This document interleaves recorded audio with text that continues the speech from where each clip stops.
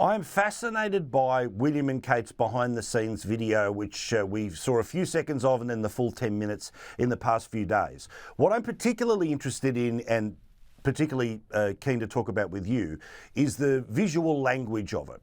Now, we know that way back when there was only ever sort of one camera and things were rather stiff, and then there's sort of been the compromise of the behind the scenes lengthy documentary. But this was shot and was full of a very informal series of moments.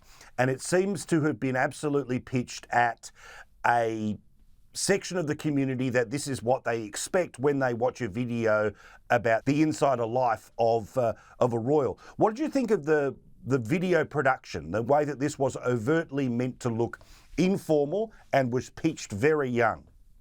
Absolutely, and bang on the money. They are Hollywood casting. They look good, they sound good, they say all the right things, they're very progressive.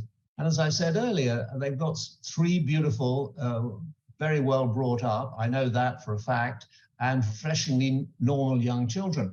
I'm sure you saw in the Eurovision thing, the princess playing the piano. We didn't have enough of it. It was about 10 seconds. But unconsciously there, or consciously, she's a great admirer of the late Diana, Princess of Wales. And what she was channeling there was something that happened in Melbourne in 1988. The Princess of Wales, as she then was with Prince Charles. And they went to the Conservatoire of Music, and the director rather ambushed her, rather cheekily, and he said, will you play the piano? So she went over with her handbag, she put the handbag on the floor, and she sat behind this grand piano, and she got into about 8 or 9 bars of the second Rachmaninoff piano concerto, which is not easy to do. And then she sort of more or less ran out of steam and ran out, was slightly embarrassed by it all. And then the director gave her a big kiss on the cheek, which was also quite cheeky. But in a way, what Kate is doing, she is very clever. And all the photographs you see of the family, of the children, they're rather good pictures because they know the photographer. The photographer is their mother. This is a visual medium. You're on a visual medium, so am I. She realizes the world today, people aren't reading newspapers. Young people aren't reading newspapers. They're on their devices all the time. They're looking at television. They're looking at images. And of course, it's well done. I'm not saying it's calculated. I just think it's a clever way of communicating because they haven't put a foot wrong since they got together. And there was a long apprenticeship there. I mean, they were together 7 or 8 years before they got married. But the key to it is, Paul, the key to it is they love each other.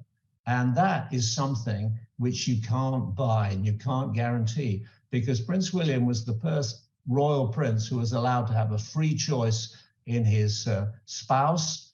He chose a woman who grew up not knowing that she would one day become a queen, which she may do in due course, and a princess. And it's worked out very well. She was a bit hesitant at front at the first, but she doesn't put a foot wrong. She grows it with more confidence as each engagement.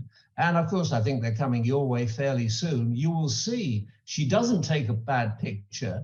And I think she's a very good person. You see the way she works with people. It's genuine. You can't fake that. Well, you can fake it for a bit. You can't fake it every single time. And she does. And that truth comes through.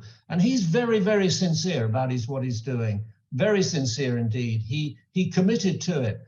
I mean, after the terrible, terrible death of his mother, both he and his brother questioned their royal roles. But Prince William decided that he was going to be the dutiful one. And Prince Harry obviously took a different course.